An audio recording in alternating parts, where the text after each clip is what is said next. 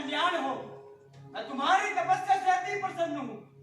बताओ तुम्हें क्या वर दे सकता हूँ? प्रभु, मैं सर्वगुण पति चाहती हूँ। प्रभु, मैं सर्वगुण पति चाहती हूँ। प्रभु, मैं सर्वगुण पति चाहती हूँ। मैं सर्वगुण पति चाहती हूँ। मैं सर्वगुण पति चाहती हूँ। भद्रे, तुम्हें भरतवंशी 5 पति मिलेंगे। किंतु प्रभु, मैंने एक पति की कामना की थी। परंतु तुमने इसे 5 बार दोहराया है, अतः तुम्हें 5 पति प्राप्त होंगे। जब तुम दूसरा शरीर धारण करोगी तो तुम्हें मेरा ये वरदान प्राप्त होगा। मैं तुम्हारे भविष्य को लेकर कुछ चेतावनी देना चाहता हूँ। तुम विश्व के सबसे बड़े महायुद्ध का कारण बनोगी। अगर तुम्हें इससे बचना है तो मेरी कुछ बातों का ध्यान रखना होगा। जब तुम्हारा अत्यधिक अपमान हो तो कोई श्राप मत देना, और अगर तुम किसी भी प्रदेश की रानी बनो तो किसी का उपहास मत करना। जाओ, तुम्हारा कल्याण हो।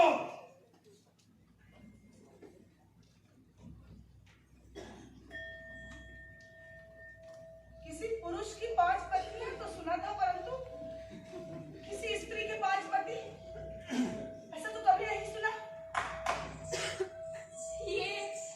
ये मात्र कपोल कल्पना और कहानी है।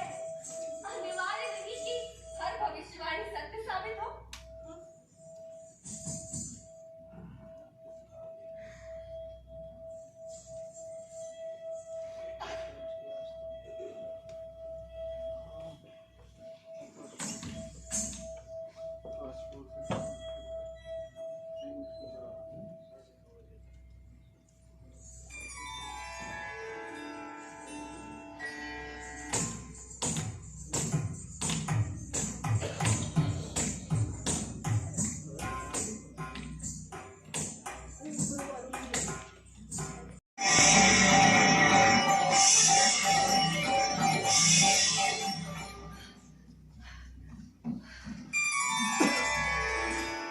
भाई हो सका, तुम्हारे स्वयंवर की तैयारी हो रही है। स्वयंवर? हाँ, जहाँ तुम्हें अपना वर स्वयं चुनने का अधिकार मिलेगा। क्या पिता ने मुझे अपना वर चुनने का अधिकार दिया है? मुझे याद है, हमारी उत्पत्ति के समय पिता ने ये आशीर्वाद मांगा था कि उनकी दोनों संतानें उन्हें पिता के साथ साथ माता भी कहें। वो आशीर्वाद उन्होंने फलित कर दिया है। उन्होंने सिद्ध कर दिया है वो हमारी माता भी है। कृष्णा, तुम्हारे स्वयंवर में एक प्रतियोगिता होगी। जो वीर उसमें विजयी होगा तुम्हें उसे वरमाला पहनानी होगी। प्रतियोगिता? कैसी प्रतियोगिता? तुम्हारे पिता ने एक धनुष बनाया है जिसे कोई झुका नहीं सकता। जो वीर उस धनुष पर प्रत्यंशा चढ़ाकर कहते पानी को देखते हुए आकाश में घूम रही मछली की आंख को भेदेगा, वही तुम्हें प्राप्त कर पाएगा। जिस धनुष को झुकाया ना जा सके उस पर प्रत्यंचा चढ़ाना एक दुस्साध्य कार्य है, ऊपर से एक असंभव लक्ष्य। ये स्वयंवर नहीं, स्वयंवर के नाम पर उपहास है कृष्ण। इस लक्ष्य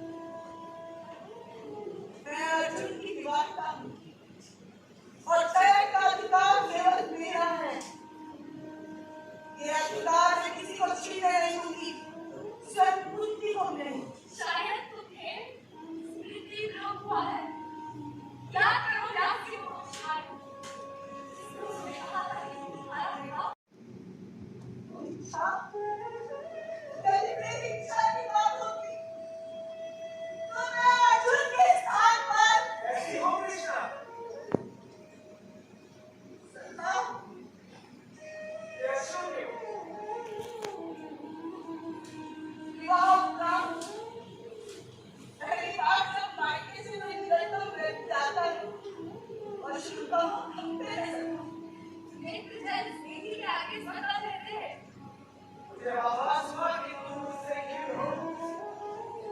कैसे दुष्ट चक्र की सजा कर तुमने मुझे नियति के नाम पर 5 पतियों के साथ विवाह करा दिया तेरा। जिंदगी भर धोखा चाहिए। नारद ने तुम्हारे वैवाहिक जीवन के सारे नियम बना दिए। तुम्हें हर वर्ष केवल एक ही पति की पत्नी बनकर रहना होगा। जब तुम एक पांडव के साथ एकांत में बैठी होगी तो दूसरा भाई नहीं दे सकता। यदि ऐसा कोई करता है तो उसे 12 वर्ष का वनवास देना होगा और उसी दौरान उसे ब्रह्मचर्य का भी पालन करना होगा। अरे ही तुम 5 पतियों की पत्नी, लेकिन जब तुम एक पांडव के पास जाओगी तो तुम्हारे सभी तुम पर कोई आँच नहीं आएगी। तुम शुचिता बनी रहो।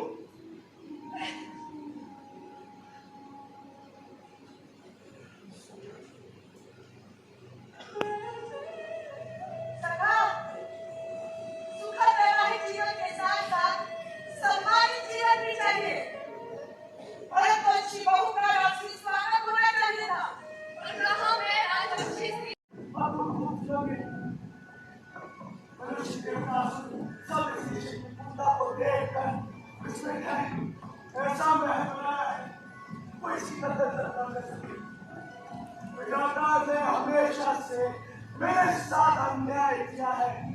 पहले मेरे पिता को अंधा कहकर उन्हें उनके अधिकारों से वंचित किया और अभी महल बनाकर हमारा उपहास कर रहे हैं। गुरुवंशियों को अपमानित करने के लिए बनाया है मैं। गुरुवंशियों को तिरस्कृत करने के लिए निमंत्रण किया है।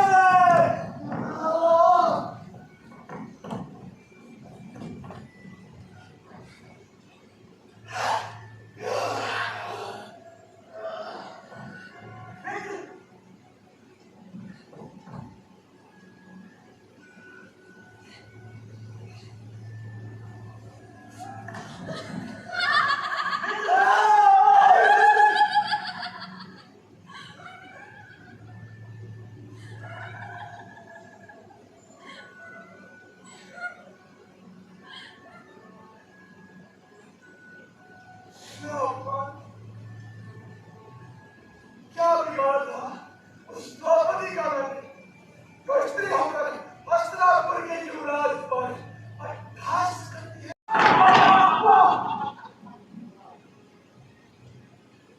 धर्मराज, अब क्या करो? अब कुछ विशेष नहीं है मेरे पास दुर्योधन।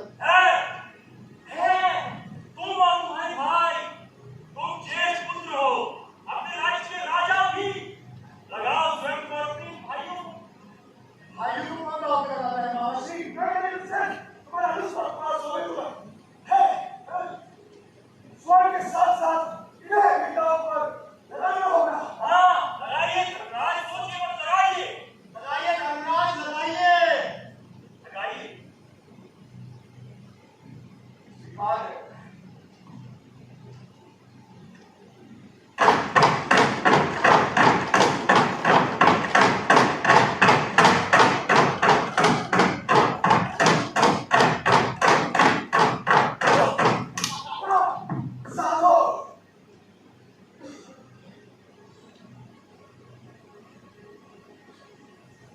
अब क्या लगाओगे? अब तो समूचा प्रदेश भाई समाज को दुर्योधन शेष नहीं है मेरे पास। एक और वस्तु है तुम्हारे पास लगाने के लिए। क्या? द्रौपदी।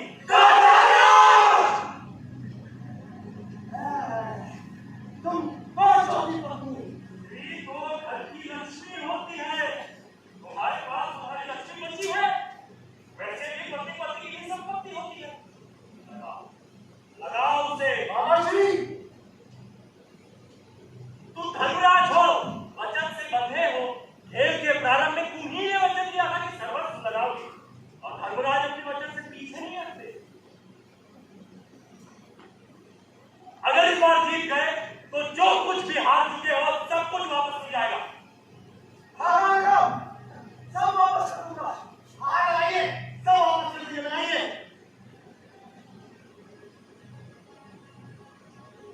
ठीक है।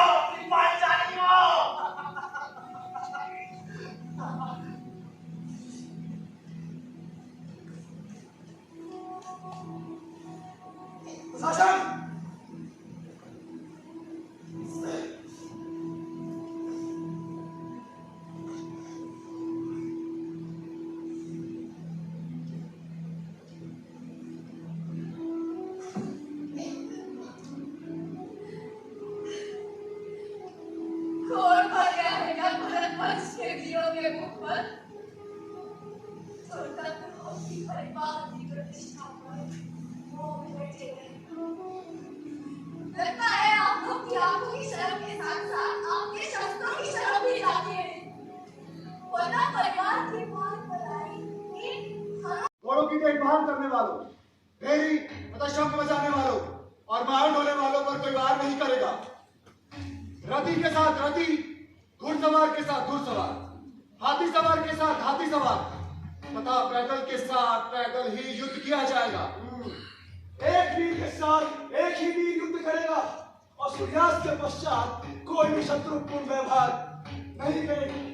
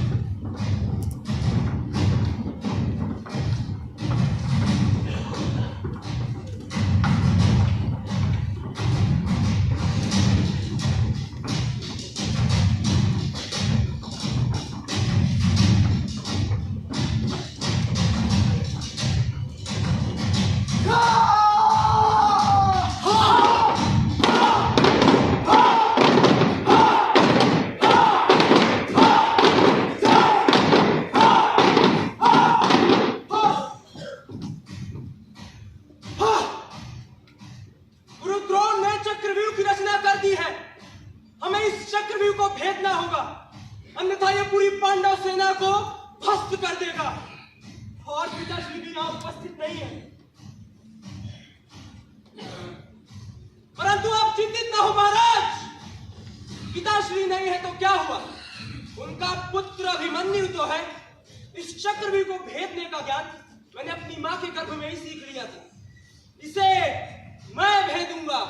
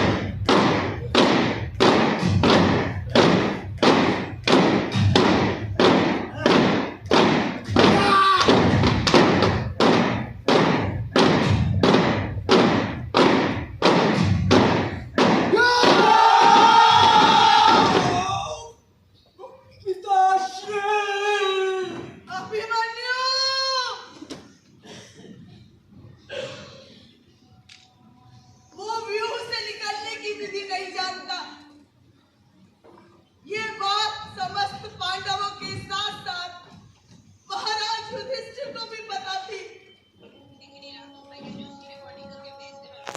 फिर भी उसे जाने दिया। युद्ध के यज्ञ में उसके जीवन की आहुति दे दी। अभिमन्यु, मैंने तुम्हें जन्म तो नहीं दिया, परंतु अपनी ममता और